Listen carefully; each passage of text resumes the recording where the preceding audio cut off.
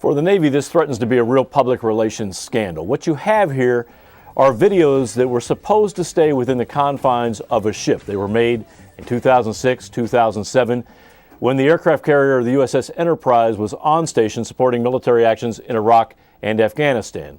At the time, the second officer in command on the ship, the so-called XO, a man named Captain Owen Honors, made these videos in an attempt to entertain the troops, if you will.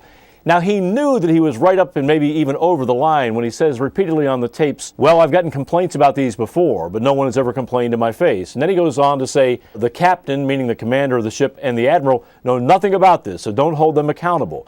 But the scenes, by almost anyone's account, would be salacious in places. He has gay slurs in there. He simulates sexual acts. A sequence where he goes down shower stall to shower stall, showing sailors bathing together, two men in one stall, two women in one stall. And he laughs all of this off as some kind of joke.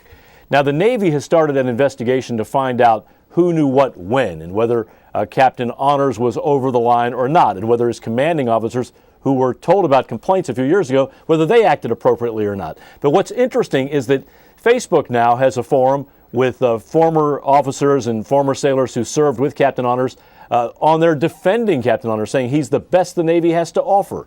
His resume is top shelf. He went to the Naval Academy. He was a former Navy Top Gun pilot. He's now the commander on the USS Enterprise, a ship ready to redeploy again in a matter of weeks. The question now is whether Captain Honors will remain the commander of the Enterprise. It's an ongoing story which the Navy needs to short-circuit soon because it has now gone viral on the internet and it's wall-to-wall on cable news. So it's a story we'll be keeping an eye on here at CBS News in Washington. I'm Bob Orr.